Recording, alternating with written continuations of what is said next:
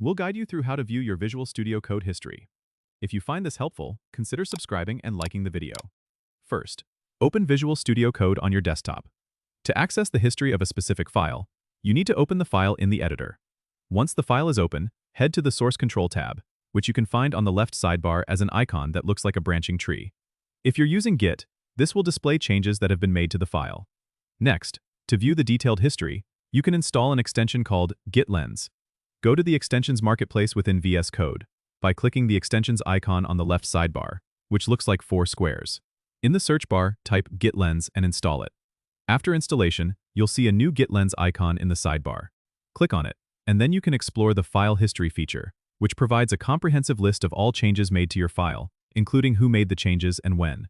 You can even view a comparison of changes between different commits. If Git is not initialized in your project, you can open a terminal in VS Code by going to the top menu, selecting Terminal, then New Terminal. In the terminal, type git init to initialize Git in your project directory. Once initialized, you'll be able to track changes and access the full history using Git Lens. This setup is invaluable for tracking progress and understanding the development timeline of your files. Don't forget to subscribe and comment if this helped you out.